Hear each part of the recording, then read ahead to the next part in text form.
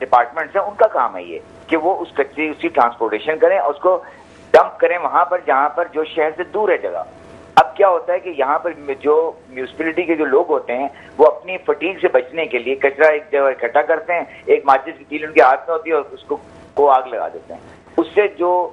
آپ کے سمجھنے کی کاربن پروڈیوس ہوتی ہے وہ فضا میں جا کے وہ اپنے زہریلی گیس کے طور پہ وہ کام کر رہی ہوتی ہے.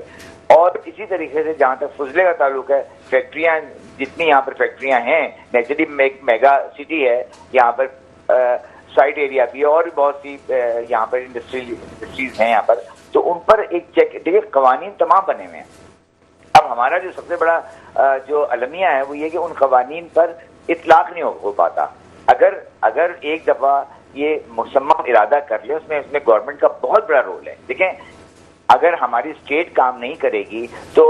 انڈیویجل لیول پہ بھی بندہ کس لیول پہ کام کرتا ہے. یہ بات بالکل ٹھیک ہے, قطع کلامی کی معذرت کہ گورنمنٹ کی طور سے بھی چیک اینڈ بیلنس ہونا چاہیے, لیکن کیا ہم انڈیویجولی سیوک سینس بالکل ختم ہو گئے ہم میں سے؟ ہم یہ دیکھتے ہیں کہ ہم بہت بڑے بڑے مکان بنائے ہوئے ہم نے, لیکن صفائی ہم نہیں کر رہے. دیکھیں بات یہ ہے کہ ہمارے گزشتہ جو ہمارے 4 یا 5 ڈیکیڈ گزرے ہیں, یعنی 50 سال جو گزشتہ گزرے ہیں, اس میں ایک دفعہ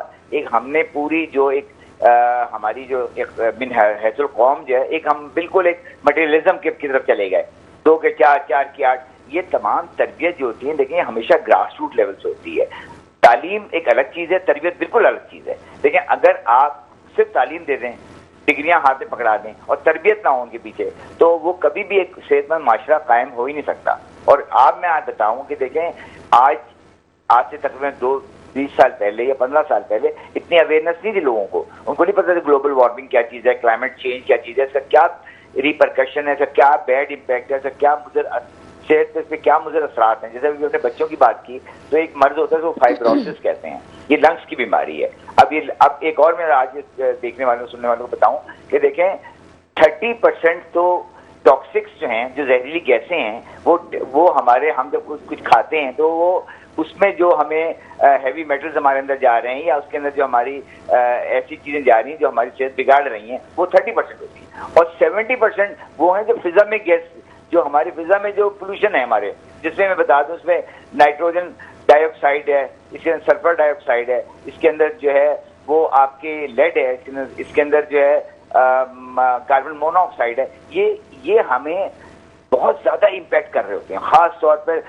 وہ بچے جو ابھی میچور نہیں ہوئے ہیں اور وہ حضرات جو بوڑھے ہیں, نیچرلی ان کی امیونٹی سسٹم ان کا کمزور ہوتا ہے,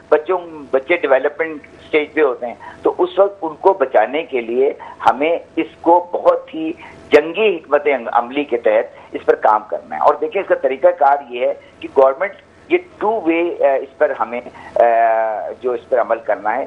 گورنمنٹ تو اپنا جو کر رہی ہے وہ کر رہی ہے, وہ بہت امپورٹنٹ ہے. میں ہمیشہ کہتا ہوں کہ بہت اسٹیٹ کے پاس سارے ریسورسز اسٹیٹ کے پاس ہوتے ہیں, تو اگر اسٹیٹ اس میں اگر ویک ہوگی تو عوام بھی اس طرح رزلٹ اورینٹیڈ نہیں ہو پائے گی, اور نہ وہ رزلٹ لا سکتی ہے. مسلم رضا صاحب, یہ ہم دیکھ رہے ہیں کہ ہم یہ دیکھیں او پی ڈیز میں جو بچوں کا وارڈ ہوتا ہے اس کے باہر ایک لمبی قطار لگی ہوئی ہوتی ہے. لوگ جو ہیں وہ کبھی نیوبلائز کی طرف, کبھی آئی وی, کیونکہ اینٹی بائیوٹک تک بچوں پہ اثر نہیں کر رہی ہوتی. ایک عام آدمی پریشان, کیا گورنمنٹ کو نہیں پتا کہ نمونیا کی وجہ سے بچے مر رہے ہیں؟ بالکل, دیکھیں یہ آپ نے اپنے ہی سوال کا خود ہی آپ جواب دے رہی ہیں. If you go to any hospital تو آپ میں پیڈیاٹریشین کے وارڈ جو ہیں مجھے بچوں کے وارڈ بھرے پڑے ہیں. سب بچے, اس میں ایزما بھی ہو رہا ہے, بچوں کو الرجی بھی ہو رہی ہے, ان کو آئی ایچنگ بھی ہوتی ہے. تو یہ ساری چیزیں جو ہیں, اچھا سردی میں کیوں ہوتا ہے؟ یہ سردی میں ایکچولی تھوڑا سا اسٹیگننٹ ہوتی ہے ایئر بھی. جیسے میں پنجاب کی بات کروں کہ وہاں پہ بھی یہ ہوتا ہے کہ جب وہ اس میں اسموک اینڈ فوگ, یہ جب 2 چیزیں مل جاتی ہیں تو یہ ایک طریقے سے ہمیں ایک سارٹ آف آپ سمجھ لیں کہ ایئر کوالٹی کو بہت ہی ورس کر دیتی ہے, کہ وہ پارٹیکلز جو کہ شبنم کے پارٹیکلز ہوتے ہیں جو فریز ہو چکے ہوتے ہیں, اس میں جب آ کر اسموک اور یہ تمام آپ سمجھ لیں کہ گیسز مل جاتی ہیں تو وہ پھر اسموک بن جاتی ہے اور وہ بہت ہی نقصان دہ ہوتی ہے. لیکن چونکہ کراچی میں اس کا امپیکٹ زیادہ اس لیے نہیں ہے کہ کوسٹل ایریا میں ہوا چلتی ہے, تو اس سے وہ پھر بھی پش ہو جاتی ہے. تو لیکن چونکہ اتنی زیادہ ہائی رائز بلڈنگز بن گئی ہیں, اتنی زیادہ گاڑیاں ایمٹ کر رہی ہیں اسموک کو, جو یہاں پر جتنی گاڑیاں چل رہی ہیں وہ سب کاربن مونو آکسائڈ کو نکال رہی ہیں, اور وہ کاربن مونو آکسائڈ جو ہے وہ فضا میں گھوم رہی ہے ساری. تو ہمیں گورنمنٹ کو چاہیے کہ اس کو بہت پروموٹ کریں. ہمیں ایک تو کلین فیول کی طرف ہمیں آنا بہت ضروری ہے. پھر ہمیں جو ہے اس کو جتنے وہیکلز ہیں, جیسے ابھی کافی پنجاب میں انیشیٹو لیا گیا ہے, موٹر سائیکلز نکل آئی ہیں جو کہ الیکٹرک بائکس ہیں, اس طرح الیکٹرک کارز ہیں. اس میں گورنمنٹ سبسڈی دی لوگوں کو کہ جو الیکٹرک کار استعمال کرنا چاہتے ہیں ان کو کوئی کچھ ایسا انسینٹیو دیں, ان کے پرائسز کم کریں, اور یہ کار پول سسٹم بھی کریں. لیکن چونکہ اب لا اینڈ آرڈر ایسا ہے, امریکہ وغیرہ میں جب میں جاتا ہوں تو وہاں پہ انہوں نے لینز بنا دی ہیں. اگر آپ اپنے گاڑی میں سفر کر رہے ہیں اور اپنے ساتھ 2-3 اور لوگوں کو بھی بٹھا لیں گاڑی میں, تو ان کو آپ کو فری ایگزٹ مل جاتا ہے کافی, اور اس کی لین ہی الگ ہوتی ہے, جہاں میں کب رکنا بھی نہیں پڑتا, اور بڑی جلدی اپنے آفس میں پہنچ جاتے ہیں. لیکن یہ کلچر جو ہے یہ ان ڈیولپ کنٹریز کا ہے جن کی تربیت گراس روٹ لیول سے کی گئی ہے. اب ہمارے یہاں تو آپ دیکھیں ایک کوئی اس کا کوئی میجک وینڈ نہیں ہمارے پاس, کوئی جادوئی چھڑی نہیں کہ ہم ایک چلائیں گے اور یہ ہو جائے گا. دیکھیں میں آپ کو بتاؤں کہ اسکولوں کی سطح پہ ضرور ہم اس کا اطلاق کریں گے. اپنی گرین فورس بنائے وہاں پر. میں اسکولوں کی سطح پہ ایک اس طرح کی کہ میں نے فورس بنائی ہوئی ہے جہاں پر ہم بیسک لیول سے بچوں کو انوائرمنٹ کے متعلق بتائیں. کیونکہ دیکھیں اگر یہ انوائرمنٹ بگڑ گئی نا, اور جو بگڑ رہی ہے, تو آپ یہ دیکھیں کہ اس کے بعد جو کلائمیٹ چینج, گلوبل وارمنگ, یہ چیزیں جب ہمارے پر آئیں گی تو ہمارا سب سے بڑا جو ہمارا نقصان ہوگا وہ یہ ہوگا کہ ہماری غذائی پیداوار پہ اس کا اثر ہوگا.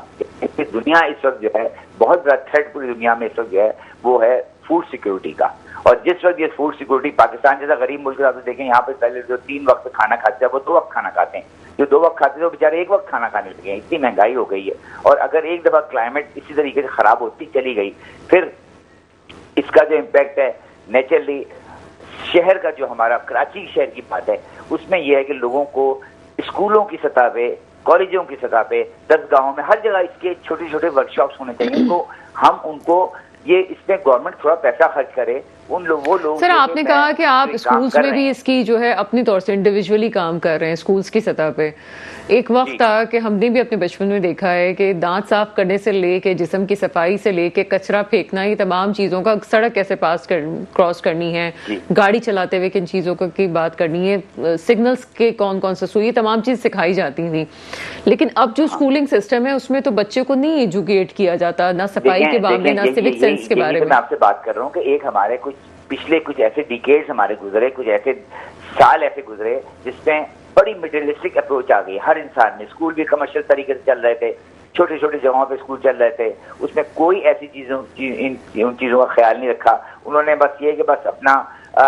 ایک سمجھ لیں کہ پروفٹ موٹیو بنا کے اس کو انہوں نے آگے بڑھایا, اس کو کہ ایک بزنس کے طور پہ. لیکن اب وقت یہ آ گیا ہے کیونکہ اب متاثر ہو رہے ہیں لوگ. آپ یہ سمجھے گا, ہماری دیکھیں ایک بہت بڑے